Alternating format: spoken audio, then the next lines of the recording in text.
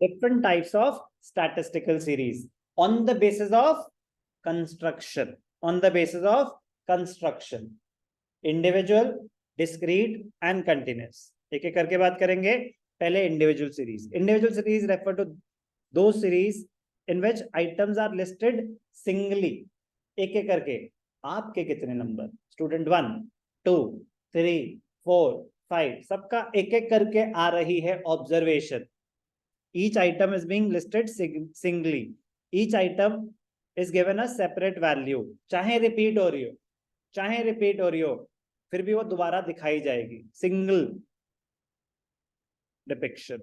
For example, if marks of 10 students in class 11th are given individually, it will form an individual series. Individual series can be of two types: ungrouped or grouped, organized. Unorganized or ungrouped data, unorganized individual series. Unorganized is an unarranged mass of data, raw data.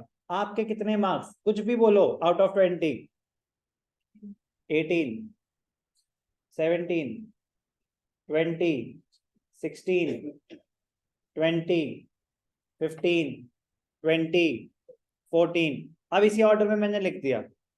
ना तो ये ascending था, ना ये descending था, तो ये हो गया ऐसे ही as it is.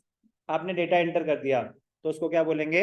Unorganised individual series. कि भैया ये 8 बच्चों के ऐसे 1 2 3 4 5 6 7 8 मार्क्स आ गए. 18, 19, 20, 16, 20, 14, 18 कुछ भी जिस ऑर्डर में आपने बोला उसी ऑर्डर में लिख दिया. तो that is unorganised. That is unorganised. When the investigator has collected the data and he has not arranged the same in a systematic manner, it is called a raw data or an unorganized data. तो ये जैसे for example 10 बच्चों के marks 35, 40, 38, 70 किसी भी order में.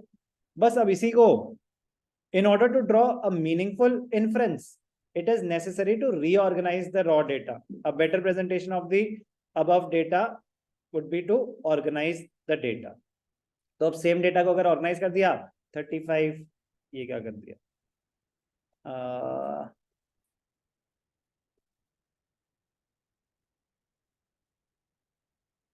ये तो सीरियल नंबर, ये तो रोल नंबर हो गया. जैसे कह रहे हैं कि चलो इसको डेटा को ऑर्गेनाइज करो, तो ये हो गया सीरियल नंबर. जो डेटा ऑर्गेनाइज करना है, अब उसका भी क्राइटेरिया हो सकता है ना कि हमने ऑर्गेनाइज किया हुआ है सर, ये रोल नंबर वाइज है. रोल नंबर 1 के कितने, रोल नंबर, वो भी तो एक क्राइटेरिया हो सकता है क्लासिफिकेशन का. Classification can be in any logical manner. School का अपना रोल नंबर वाइज होता है, तो ये थोड़ी ना होता है कि नहीं जी असेंडिंग में करो. नो, अल्फाबेटिकली हो सकती है, लेकिन वो रोल नंबर देने का क्राइटेरिया हो गया होगा. बट आपके जो लिस्ट होती है वो रोल नंबर वाइज होती है कि roll number 1, roll number 2, roll number 3, roll number 4. तो वो भी तो एक क्राइटेरिया ही हो गया डेटा को ऑर्गेनाइज करने का. ठीक है जी, हो गया. अब मुझे ना इसको फर्दर एनालाइज करना है.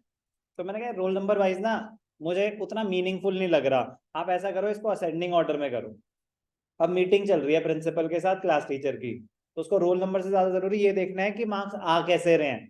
तो कह रहा है हटा इस रोल नंबर को, असेंडिंग ऑर्डर में डेटा ऑर्गेनाइज करो. मैं देखना चाहता हूँ कितने बच्चों के 90% के ऊपर है, कितने बच्चों के 40% से नीचे हैं. तो वो रोल नंबर वाइज तो नहीं पता चलेगा. तो it depends on the requirement. It depends on the requirement. Organized individual series. Organized series is an orderly arrangement of the raw data. Raw data तो वैसा होगा जिस ऑर्डर में कलेक्ट हुआ. आप पहले दिख के चलो बेटा आपके कितने हैं, आपके कितने हैं, आपके कितने हैं, तो हो गया रॉ. कोई भी सीक्वेंस नहीं है. But orderly arrangement of the raw data is organized series. An organized individual series may be presented in two ways. एक according to a serial number, एक according to the order of magnitude. तो serial number हो गया school के term में roll number, employees के term में भी एम्प्लॉय नंबर हो सकता है, आईडी नंबर होता है उनका अपना अपना. या फिर असेंडिंग ऑर्डर, डिसेंडिंग ऑर्डर, किसी एक ऑर्डर में मैग्नीट्यूड. तो अकॉर्डिंग टू सीरियल नंबर बता दिया आपको असेंडिंग और डिसेंडिंग ऑर्डर. तो चलो जी असेंडिंग ऑर्डर में अब ये देखो ना मार्क्स 17, 22. अब ये कितना मीनिंगफुल हो गया कि अगर आउट ऑफ 50 मार्क्स थे तो सिर्फ 3 बच्चों के 40 के ऊपर है, 40 एंड अबव. तो चीज कितना ईजी हो गई आपको एनालाइज करना. कितने बच्चों के 20 के नीचे हैं, दिख रहा है ना, इतना इजी है. ऐसे बहुत सारे क्वेश्चन का आंसर आप डायरेक्टली दे सकते हो. लेकिन इसमें मैं पूछूं बताओ बेटा कितने बच्चों के 40 के ऊपर है, तो मेहनत करनी पड़ेगी ना, एक एक करके सारी वैल्यू देखनी पड़ेगी। ये नहीं है 40 एंड अबव, ये है, ये नहीं है, ये नहीं है, ये नहीं है, ये है, ये नहीं है, तो ये करना पड़ेगा ना। कितने बच्चों के 20 से 30 एज में ये नहीं है, ये नहीं है, ये नहीं है, ये है, ये नहीं है, ये नहीं है, ये आपका काम बढ़ रहा है। तो लेकिन अगर आपने एक ऑर्गेनाइज वे में कर रखा हो, चाहे वो असेंडिंग हो या डिसेंडिंग हो, मतलब जब, अच्छा बताओ कितने बच्चों के 20 से 30 में, ये है जी, इतना आसान हो गया उसका आंसर। तो it is always better to present the data in a logical manner. Now that logic depends on your requirement. It depends on your requirement. The individual series may makes the data relatively easier.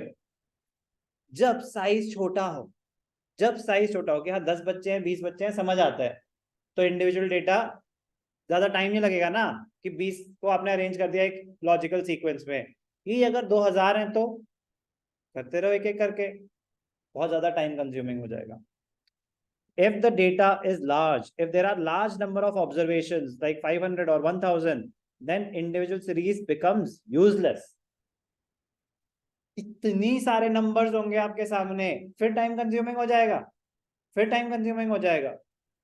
In such cases, discrete or continuous frequency series or distribution are used. So individual series in which each and every item is listed singly, individual series.